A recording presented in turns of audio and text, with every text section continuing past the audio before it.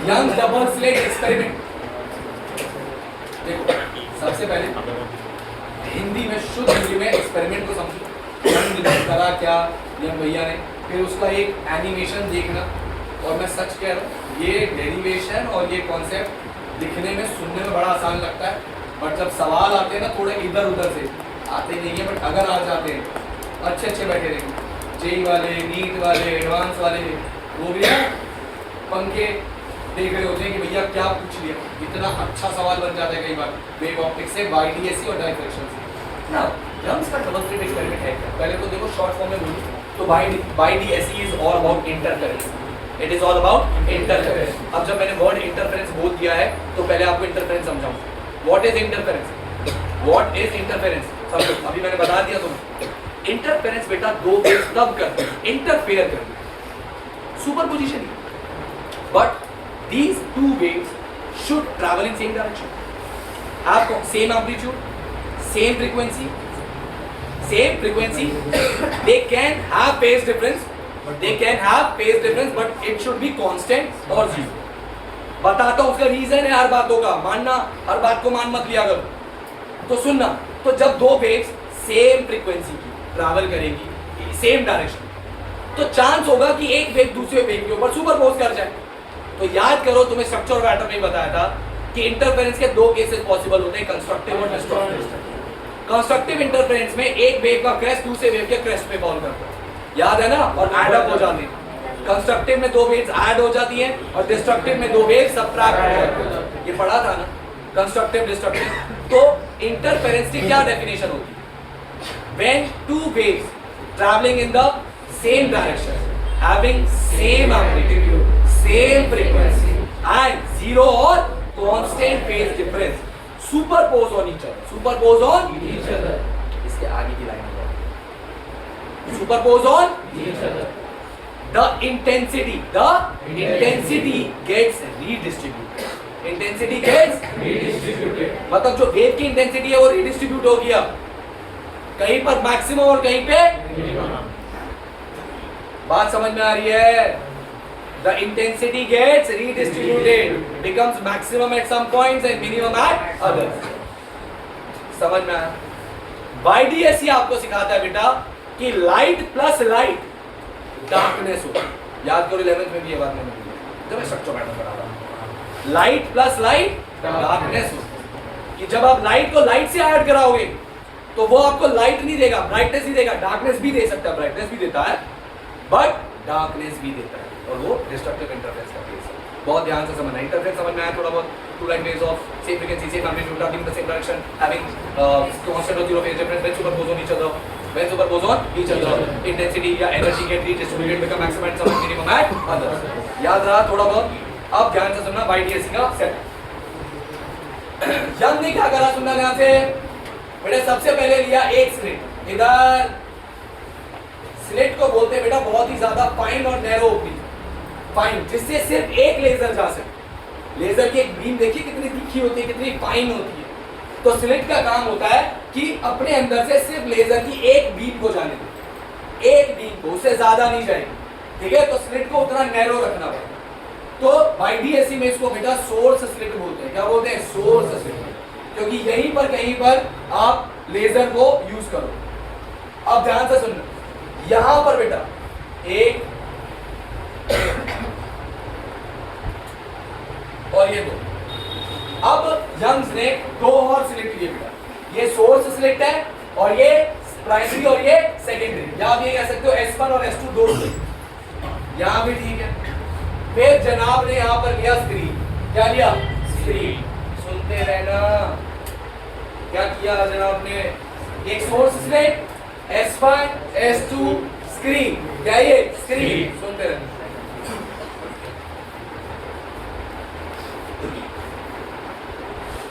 छोटी सी बात है, समझना ध्यान से, गहराई के टॉपिक है बेटा, समझने वाले। फिजिक्स का ना कॉन्सेप्ट है, बहुत ध्यान से पढ़ोगे तो भी क्लैरिटी में मैं मानता हूँ कि नहीं हुई, पूरा फोकस करोगे तो भी। लास्ट में मैं यहाँ पे बुक लेके आया था ऑफिस की, पढ़ी थी ना?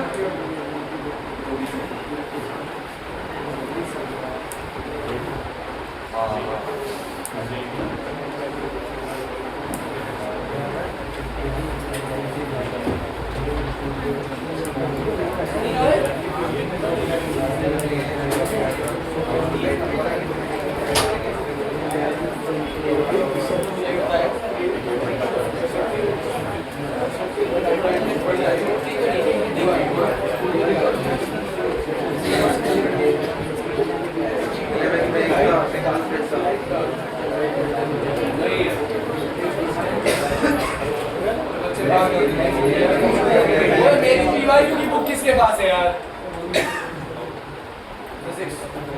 सीबीएसई की है यार।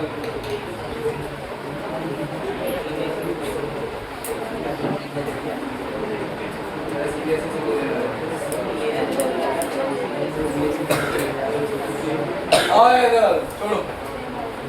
हाँ तो देखो एक्सपेरिमेंट से पहले ना आपको एक छोटी सी चीज समझानी थी। इंटरफेरेंस की डेफिनेशन बोलो ना बेंड। यार रुक जाओ। कितने भी मैंने कितने सोर्स बनाए? एक ही बनाया। एक से दो। पहला सवाल कि मैंने यहाँ पर यंग्स मैं तो उसको पढ़ के बता। यंग्स ने एक सोर्स की जगह दो सोर्स क्यों?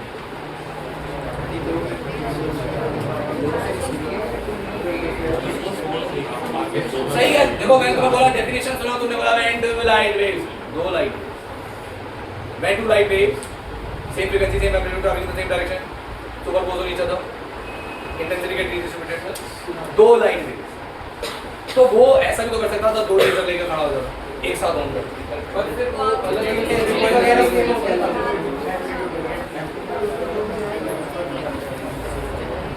बोलो जी। सुनो मेरी बात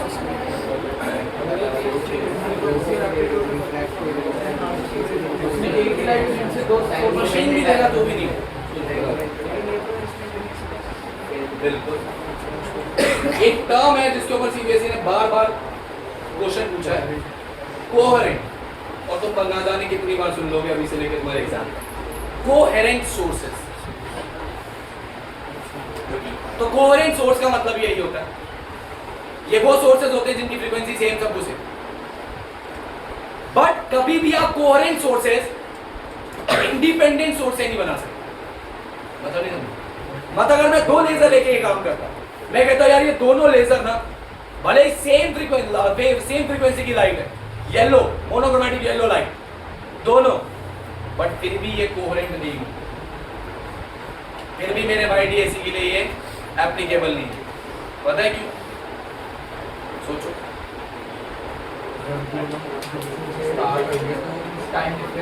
देखो बिल्कुल सही समझना मेरी बात को।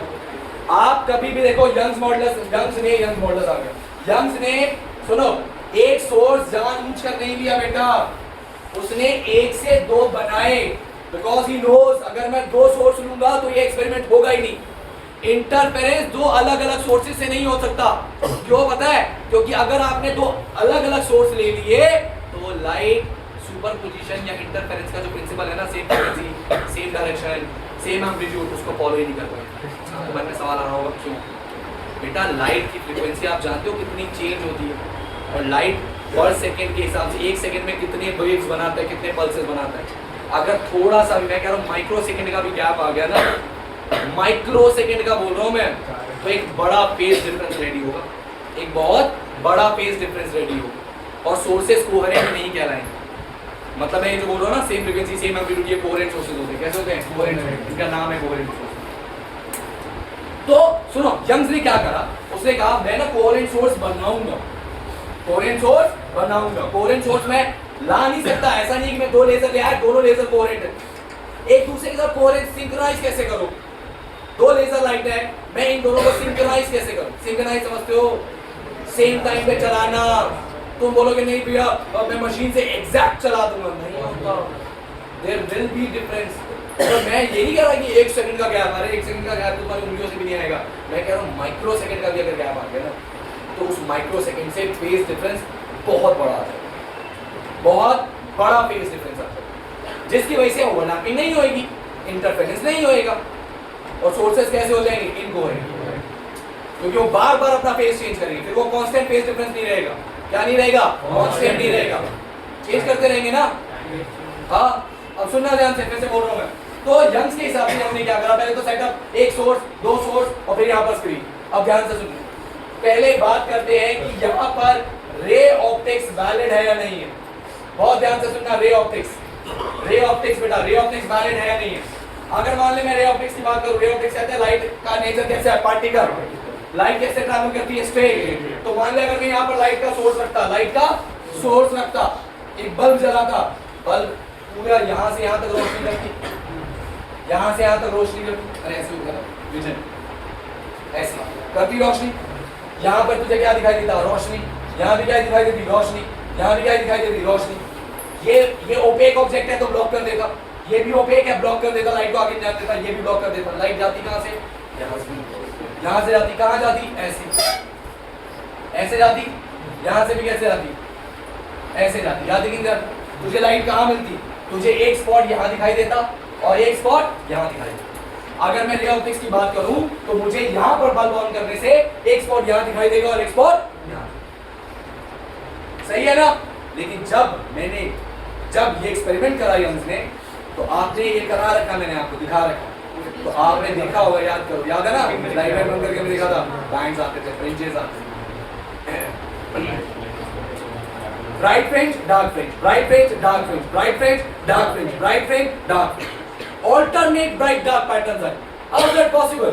अगर देखा जाए तो रे ऑप्टिक्स के हिसाब से सिर्फ यहाँ लाइट होनी चाहिए और यहाँ लाइट होनी चाहिए।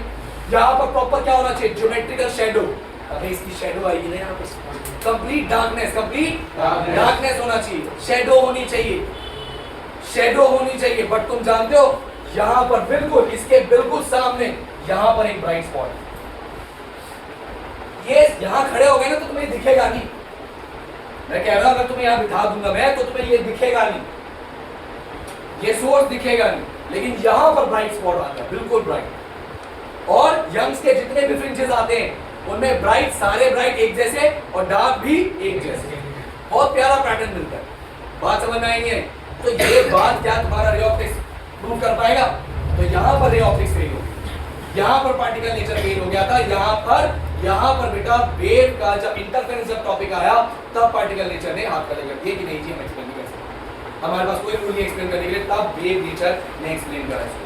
अब मैं यही सेम चीज वेव फ्रंट से एक्सप्लेन करूंगा। यहाँ तक समझ में आया कि नहीं आया? ठीक, अब इसको मैं रब करता हूँ। देख, तो हमारे यंग भैया ने क्या करा, एक सोर्स लिया यहाँ पर, ठीक है बेटा, अब ध्यान से सुनो और सुनो, ये जो मैं अब करने जा रहा हूं इसको कहते हैं कोहेरेंट सोर्सेस क्रिएट करना। क्या करना? कोहेरेंट सोर्सेस क्या होते हैं? सेम। कैसे? मैंने सोर्स सेम रखा, सोर्स क्या रखा? सेम। यहां से क्या बनने शुरू हुए बेटा? वेवफ्रंट्स। क्या बन रहे? वेवफ्रंट्स। अच्छा, एक और बात, प्यारी बात बता रहा हूं, उसने ना, यंग्स ने यहां से यहां तक का डिस्टेंस SS1 और यहां से यहां तक का डिस्टेंस SS2 सेम रखा। क्या रखा? सेम। S से S1 का डिस्टेंस और S से S2 का डिस्टेंस बिल्कुल सेम। हाँ, ये दोनों सेम। इसका मतलब ये कि यहाँ से जो वेवफ्रंट्स वहां पहुंचेंगे बेटा, बिल्कुल सही, यहाँ से जो वेवफ्रंट्स वहां पहुंचेंगे वो बिल्कुल सेम टाइम पर पहुंचेंगे। S1 और S2 पे पहुंचने में कोई टाइम लैग नहीं होगा। जो डिस्टर्बेंस यहाँ से यहाँ पहुंची और यहाँ पहुंची वो एक साथ पहुंचा। अभी तक ये क्या थे? एक सोर्स। क्या थे? जब यहाँ पर आके टकराए तो अब ये दो सोर्स तो बन गए, बट दोनों की फ्रीक्वेंसी क्या है? सेम, क्योंकि एक ओरिजिनल सोर्स से आए। आई बात समझ? अरे वही हाइगन का प्रिंसिपल, यहाँ पर आएंगे टकराएंगे, यहाँ पर सेकेंडरी वेवलेट्स बनेंगे और सेकेंडरी वेवलेट्स बनेंगे तो क्या बनेंगे? नए वेवफ्रंट्स। क्या बनेंगे रे? नए वेवफ्रंट्स। यहाँ से नए वेवफ्रंट्स बनना शुरू, यहाँ से भी और इस वाले से भी नए वेवफ्रंट्स बनना शुरू। आ रही बात समझ या नहीं आ रही? नए वेवफ्रंट्स बनना शुरू। आ रही बात समझ या नहीं आ रही? तो एक यहाँ से सोर्स क्रिएट हुआ, डिस्टर्बेंस S1 पर और S2 पर एक साथ पहुंची। जब S1 और S2 पर एक साथ डिस्टर्बेंस पहुंची तो S1 और S2 से जो नए वेवफ्रंट्स निकले, नए वेव्स निकले, दे हैव सेम फ्रीक्वेंसी, क्योंकि सोर्स उनका सेम है, सेम फ्रीक्वेंसी, सेम एम्पलीट्यूड, और कोई टाइम लैग भी नहीं था क्योंकि दोनों का डिस्टेंस क्या था? सेम। तो जो फेज डिफरेंस था वो भी क्या था? कांस्टेंट। फेज डिफरेंस भी क्या था? कांस्टेंट। और आपको एक बात बताऊं, आप कभी भी ना दो लेजर सेम फ्रीक्वेंसी की बना ही नहीं सकते। सबसे बड़ी बात तो ये सोचो, आप मार्केट से दो वेवलेंथ, दो येलो कलर की लाइट ले आओ, मैं कह रहा हूँ मार्केट में इस टाइम अगर 100 करोड़ येलो कलर लाइट्स है ना, तो सबकी फ्रीक्वेंसी अलग है, सेम हो ही नहीं सकती, सेम हो ही नहीं सकती, बनाने वाला बना ही नहीं सकता। जैसे आप मुझे बताओ, क्या आप इस स्टाइलर की एग्जैक्ट लेंथ बता सकते हो? ट्रू लेंथ बता सकते हो? ये ट्रू लेंथ सिर्फ बाबा जी को पता है, भगवान जी को पता है, हमें नहीं पता। हम जब भी मेजर करेंगे, जिस भी इंस्ट्रूमेंट से मेजर करेंगे, वो क्या देगा? एरर। वो क्या देगा? एरर। अरे भले ही मैं कह रहा हूँ एरर माइक्रोमीटर में आया ना, इसकी ट्रू लेंथ किसी को नहीं पता। उसी तरीके से जब आप सोर्सेस क्रिएट करते हो, दो लेजर लाइट लेकर आ गए, येलो दोनों येलो है भैया, बट बेटा उनका वेवलेंथ और उनकी फ्रीक्वेंसी सेम नहीं है। समझ नहीं बात? इसलिए कोहेरेंट सोर्स बनाने के लिए यंग ने एक ही सोर्स रखा, फिर बाद में उनको डिवाइड कर, इसको कहते हैं वेव फ्रंट का डिवीजन मेथड भी कहते हैं। वेव फ्रंट को डिवाइड करा भाई, एक वेव फ्रंट से कितने वेव फ्रंट बनाए? दो। आइगन का प्रिंसिपल यूज करके, और फिर अब S1 और S2, these two sources are called coherent sources। अब यहाँ से जो वेव निकलेंगी उनकी फ्रीक्वेंसी भी सेम होगी, एम्पलीट्यूड भी सेम होगा, डायरेक्शन भी सेम है, and they will travel down. और आप देखोगे यहाँ पर क्या मिला? Interference pattern. क्या मिला? अब इंटरफेरेंस पैटर्न कैसे मिला भैया? तो उसने एक्सप्लेन किया, उसने कहा देखो, जब ये दोनों वेवफ्रंट्स वहां पहुंचे, या जब दोनों वेव्स वहां पहुंचे, तो ऐसा हुआ कि कहीं पर क्रेस्ट पे क्रेस्ट फॉल कर रहा है और ट्रफ पे ट्रफ। ठीक है, तो वहां पर क्या हुआ? Constructive interference. सबको पता है ना कंस्ट्रक्टिव क्या होता है? क्रेस्ट पे क्रेस्ट, ट्रफ पे ट्रफ। और डिस्ट्रक्टिव इंटरफेरेंस क्या होता है? क्रेस्ट पे ट्रफ, ट्रफ पे क्रेस्ट। तो जहां पे क्रेस्ट, ट्रफ पे ट्रफ आया, वहां तो मिला ब्राइट फ्रिंज। क्या मिला? और जहां पे क्रेस्ट, ट्रफ क्रेस्ट हुआ, वहां पर क्या मिला? डार्क। इसका एक सिंपल सा डायग्राम मैं आपको दिखाता हूं।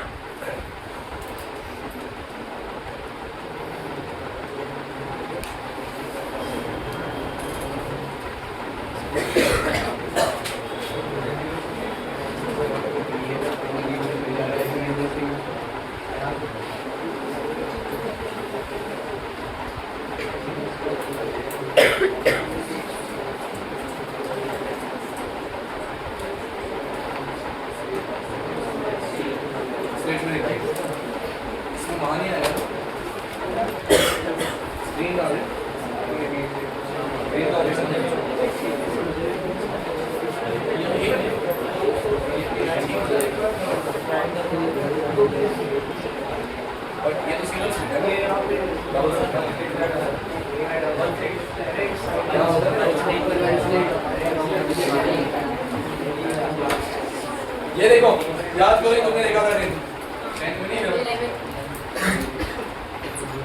स्क्रीन नहीं है यार, स्क्रीन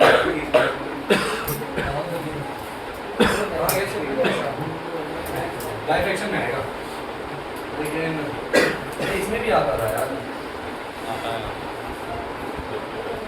आ गया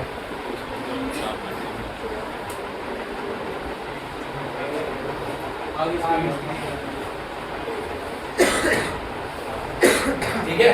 अब ये देखो, ये लाइट जनरेटर है और यहाँ पर देखो कुछ कुछ चीजें ऑब्जर्व करनी है, ठीक है, ढंग से। ये वेवफ्रंट जा रहे हैं, ठीक है, ये कैसे हुए? वेवफ्रंट बनने लगे। अब यहाँ पर स्क्रीन मिला आपको? पैटर्न्स मिले कि नहीं मिले? देखो, ब्राइट डार्क, ब्राइट डार्क। और देखो जहां पे ब्लॉक किया वहां पर क्या मिल रहा है? ब्राइट ब्राइट फ्रिंज में। ठीक है, ऑब्जर्व करो इसको। देख रहे हो मैं कुछ चेंजेस करने वाला हूं। देखो पॉइंट ही सोर्स हो रहा है। अब वो लड़का कह रहा है पॉइंट सोर्स नहीं, प्लेन वेवफ्रंट क्यों आ रहा है? अगर मैं चाहूं इधर देखना, तो यहाँ पर जो सोर्स है, सुनो ना, ऐसे सर्कुलर वेवफ्रंट भेजने की जगह यहां से जब रेज ऑफ लाइट जाएंगी तो मैं बीच में क्या रख सकता हूं? इधर देखो, सॉरी ऐसा है, मैं बीच में अगर एक ऐसा लेंस रखूं कन्वेक्स लेंस, और ये फोकस पे है, किस पे है? तो ये कैसे भेजेगा? ऐसे भेजेगा। तो वेवफ्रंट कैसे बन जाएगी? मैं प्लेन भी कर सकता हूँ वेवफ्रंट, नहीं समझे? मैं यहाँ पर बेटा बीच में ये काम कर सकता हूँ ना, तो वेवफ्रंट कैसे जाएंगे? प्लेन जाएंगे।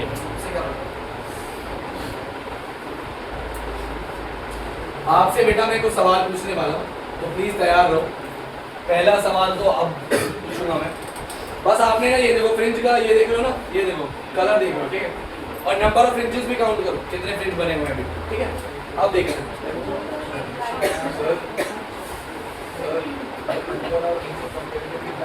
हाँ बताइए भैया, ठीक है यहाँ तक। अच्छा अब देखो इधर देखो, इधर देखो, पहले कलर देख लिया, अब कलर देखो। मैं कलर का वेवलेंथ बढ़ा रहा हूँ कि घटा रहा हूँ? बताओ, घटा ही रहा हूँ। अरे घटा रहा हूँ ना वेवलेंथ, तो फ्रीक्वेंसी क्या कर रहा हूँ? बढ़ा रहा हूँ। अब फ्रीक्वेंसी बढ़ाया तो देखो क्या हुआ, वेवलेंथ घटा दी ना, वेवलेंथ घटाई तो अब तुम्हें क्या ज्यादा नंबर ऑफ फ्रिंजेस दिखे? ज्यादा। और विड्थ कम हो गई या बढ़ गई? ऑब्वियसली कम ही होगी तभी ज्यादा दिखाई देगी। और देखो अबे नहीं,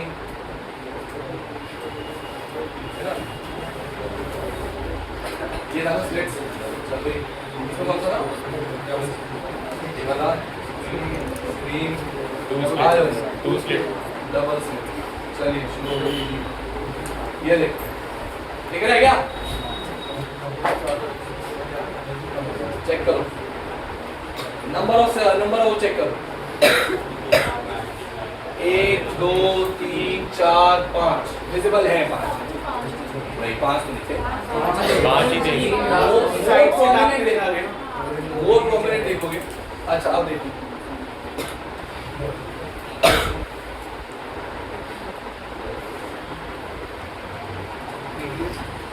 तीन दिख रहे हैं और फ्रिंज विड्थ क्या हो गया? बढ़ गया।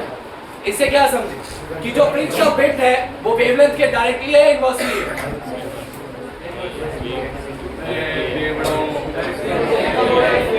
अगर मैं वेवलेंथ बढ़ा रहा हूँ, रेड का वेवलेंथ क्या है? ज्यादा। वेवलेंथ बढ़ाई तो फ्रिंज विड्थ बढ़ गई ना। देखो बढ़ी कि नहीं बढ़ी? हाँ, फ्रिंज की विड्थ देखो, चेक करो, फ्रिंज विड्थ ज्यादा है। और फिर देखो, ये देखो मैंने क्या करा, वेवलेंथ कम किया, फ्रिंज विड्थ चेक करो, कम हो गई, कंपैरेटिवली कम है। और देखो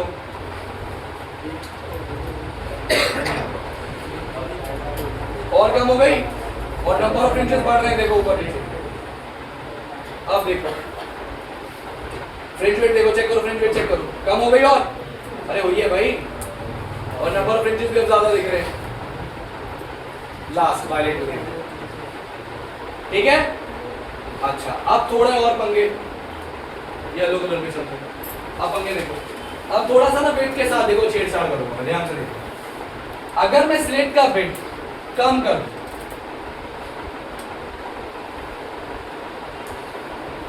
स्लेट का वेट कम किए क्या?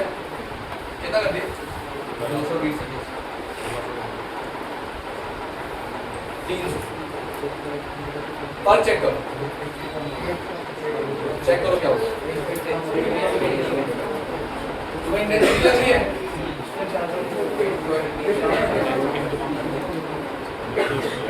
फर्क देखो, फर्क देखो। एक बार कम कर दिया ना बिल्कुल, अब एक बार बढ़ा दे, चेक करो क्या कितना बढ़ गया। इंटेंसिटी बढ़ गई, इंटरफेरेंस पैटर्न ही है। ये ब्राइट इल्यूमिनेशन, क्या है? Bright illumination. जो स्लिट का साइज होता है ना, उस पर भी बहुत कुछ डिपेंड है। आप देखोगे जब मैं डेरिवेशन कराऊंगा तो मैं आपको बताऊंगा, बेटा स्लिट का विड्थ ज्यादा नहीं होना चाहिए। जैसे देखो, मैंने जैसे स्लिट का विड्थ ज्यादा कर दिया, इंटरफेरेंस पैटर्न लॉस हो गया। कम कर दिया, इंटरफेरेंस पैटर्न आ जाएगा, इंटरफेरेंस पैटर्न आ जाएगा। यहाँ देखो, यहाँ इंटरफेरेंस आ गया वापस। अच्छा इसमें ही पंगा होता है, स्लिट को इधर उधर भी कर सकता हूँ, स्लिट का सेपरेशन। हाँ ये देखो, इनके बीच का गैप, ये स्लिट्स के बीच का गैप है, देख रहे हो? ये स्लिट्स के बीच का गैप बढ़ा दो, स्लिट्स के बीच का गैप, स्लिट सेपरेशन, इससे भी देखो फर्क पड़ा। ये नंबर ऑफ फ्रिंजेस बढ़ेगा, देख रहे हो? नंबर ऑफ फ्रिंजेस बढ़ गए। फ्रिंज विड्थ के ऊपर फर्क पड़ा, किसके ऊपर फर्क पड़ा? और ये डायरेक्टली है, इनवर्सली है, इसको भी कर सकते हो। हाँ पड़ेगा, सबसे फर्क पड़ेगा, देख रहे हो? नंबर ऑफ फ्रिंजेस क्या हो गए? बढ़ गए। और देखो, और बढ़ गए, ठीक है? इसको भी हम थोड़ा इधर उधर कर सकते हैं, फर्क ऑब्जर्व करो।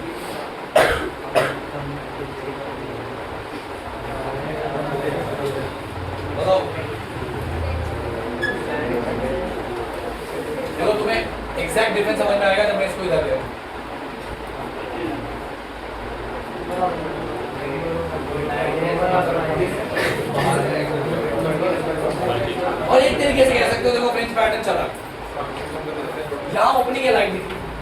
यहाँ ओपनिंग है लाइट दिख रही है, बट बीच में फ्रिंज पैटर्न नहीं दिखा, बीच में फ्रिंज पैटर्न मतलब तुम देख रहे हो कुछ भी मैं चेंज कर रहा हूँ तो बहुत सारे मेजर चेंजेस देखने को मिल रहे हैं। स्लिट का साइज मैटर करता है, स्लिट के बीच का गैप मैटर करता है। आपने जैसे स्लिट के बीच का गैप बढ़ाया, डिस्टेंस बिटवीन स्लिट्स बढ़ाया, फ्रिंज विड्थ घट गई, फ्रिंज विड्थ घट गई, तो आपको पता हो गया कि भाई ये गैप और वो गैप इनवर्सली प्रोपोर्शनल। आप इसको बढ़ाओगे तो वो घट जाएगा और इसको घटाओगे तो वो बढ़ जाएगा।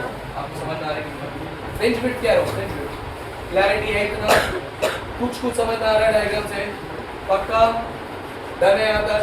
ठीक, एसी चलवा 5 मिनट चल नहीं चल तो कुछ वो नहीं लग रहा, छटपटाहट नहीं होगी, बुखार है आज, बुखार है। चलो आ जाओ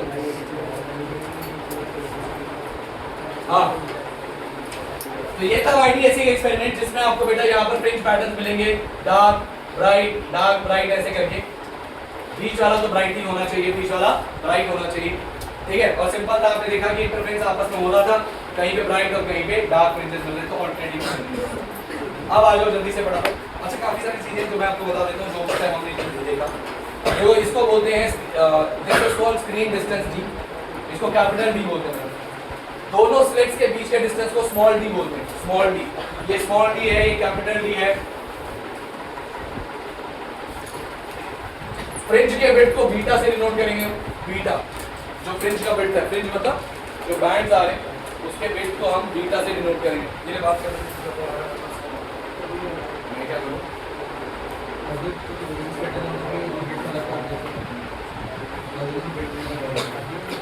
अब आईडीएससी को थोड़ा अगली क्लास में डिस्कस करेंगे। एक छोटा सा एक्सपेरिमेंट करा डेरिवेशन करा रहा हूं, याद है किसी को? मैं भूल गया सब। a1 square plus a2 square plus a a2 cos y 11th में करा था। हां, i equals to under hello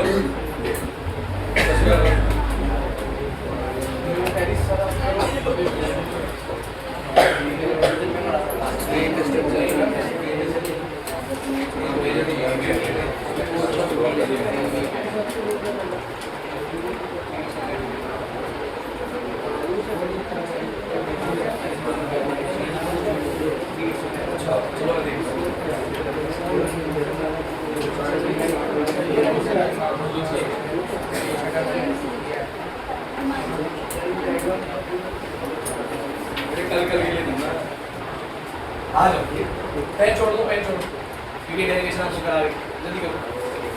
हाँ, एक बार जल्दी से 5 मिनट में खत्म करूँगा, जल्दी देख लेना। उसके बाद याद आया? याद तुम्हें क्या आएगा? अब याद आएगा। देखो y1 याद है क्या लिखता था मैं? a1 cos ओमेगा t, और y2 क्या लेते थे? a2 cos omega t plus 1। देखो ये दोनों पेज का वैसे तो मैंने एम्पलीट्यूड अलग अलग लिया है, बट आप सेम भी ले सकते हो, a1 a2, ठीक है। और एक है cos ओमेगा t और एक है बेटा cos omega t plus.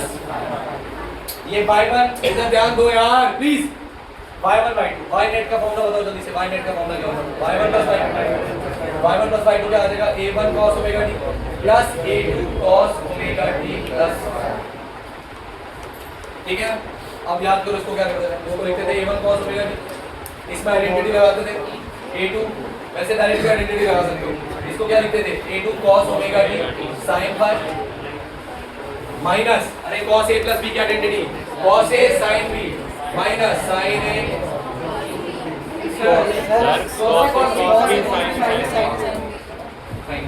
cos a cos b minus sin a।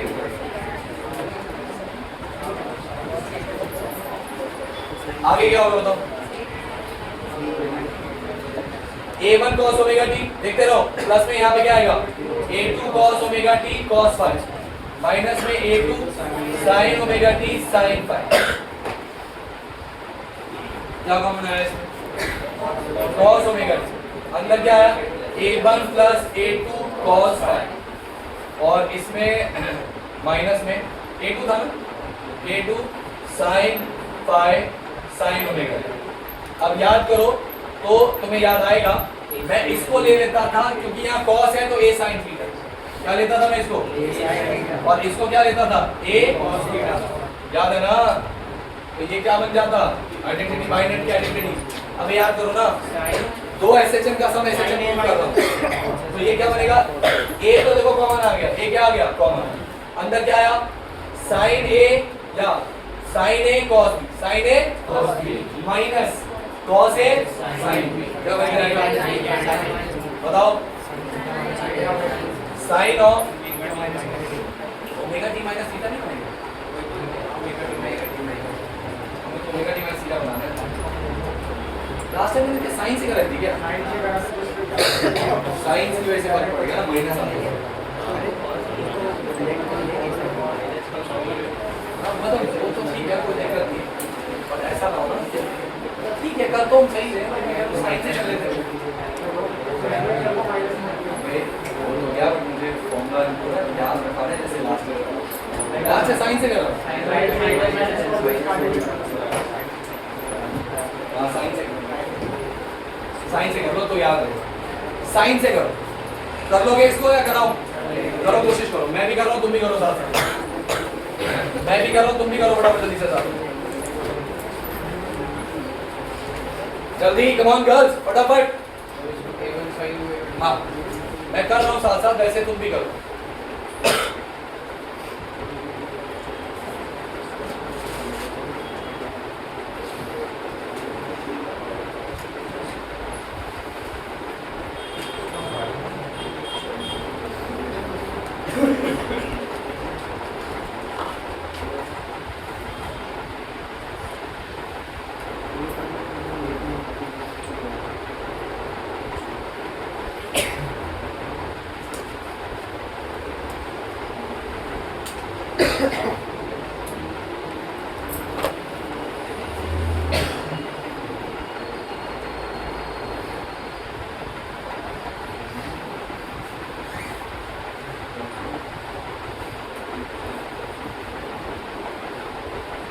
खुद से करना है, कम ऑन कोशिश करो, लास्ट ईयर करा है हमने, आप सबने पूरी डेरिवेशन करके दिखाई दी मुझे।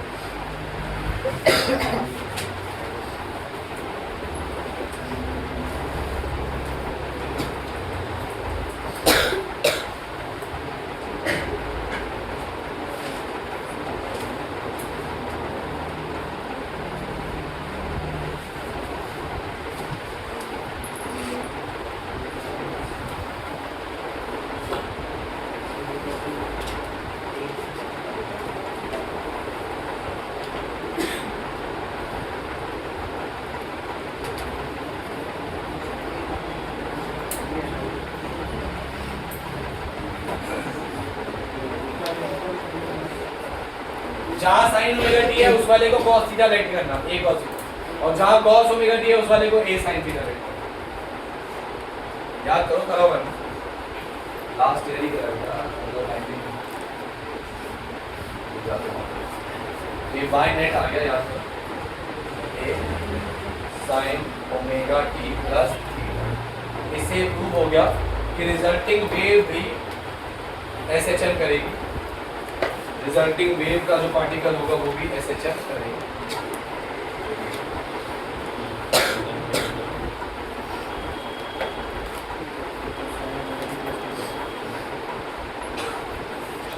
यहां तक आ गया सब, यहां तक कौन आ गया, ये sine omega T plus theta,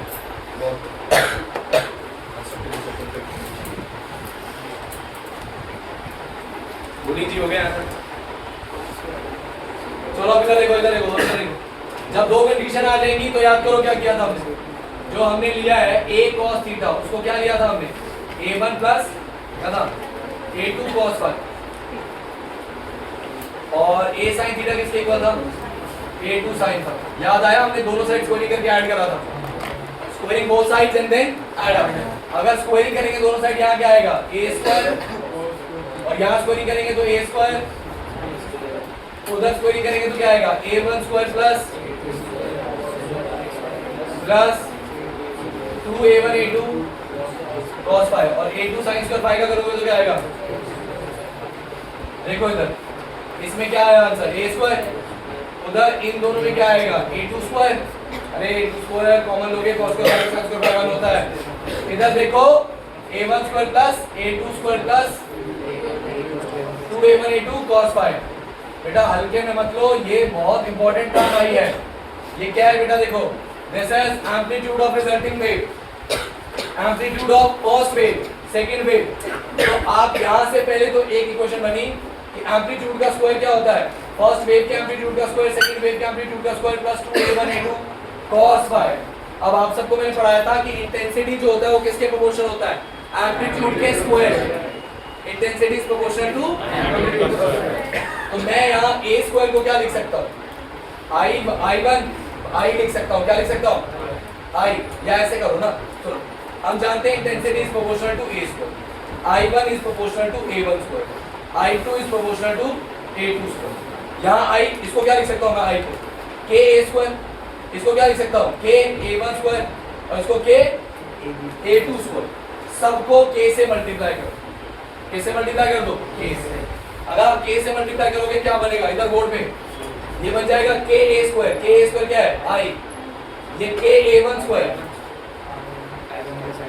i1 plus plus, अब ये देखो ये जो a1 a2 है ये बन जाएगा root i1 root i2 cos, ये है आपका final most important equation. Intensity of the resulting wave is i1 plus i2 plus 2i1 i2 cos। समझ में आई बात, इसको इंटरफेरेंस टर्म कहते हैं, इसको मार्क करो। ये जो टर्म है बेटा 2i1 i2 cos फाई, इसको इंटरफेरेंस टर्म कहते हैं। रूट 2 और 2 रूट 1 आएगा, कोई दिक्कत है? हो गया।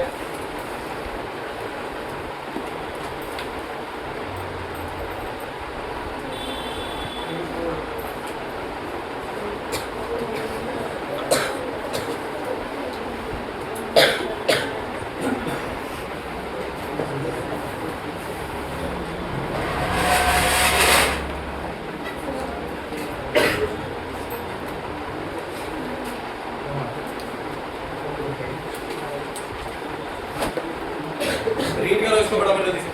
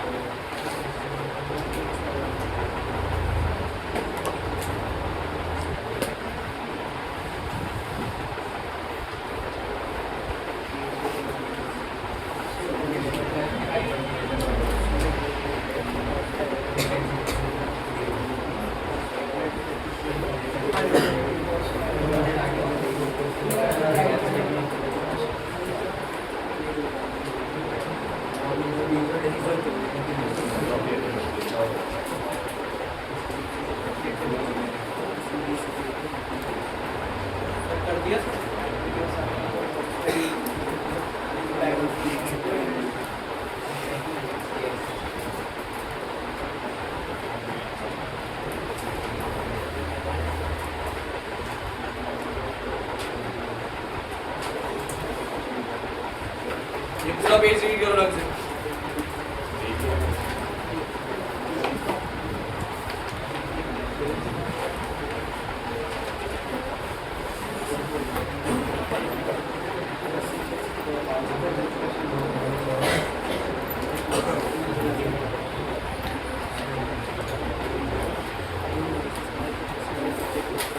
जल्दी रीड करो फटाफट।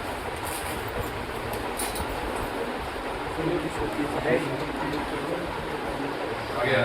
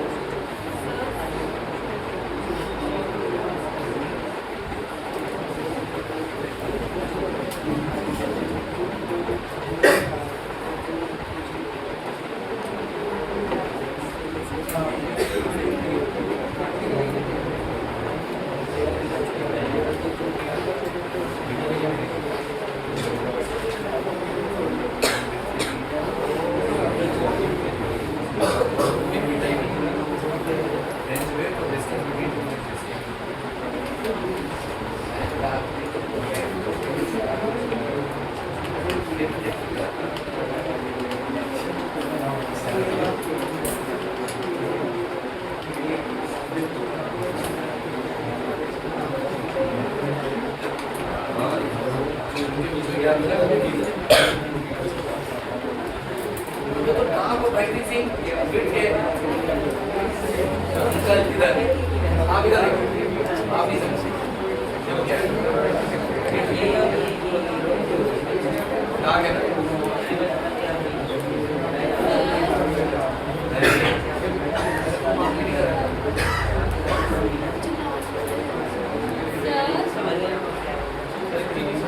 समझ जा बस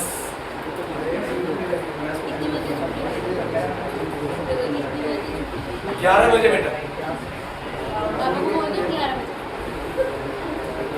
अभी खड़ा रहना पड़ेगा। मेरे के मामा आ जाएंगे मजे छुट्टी हो गई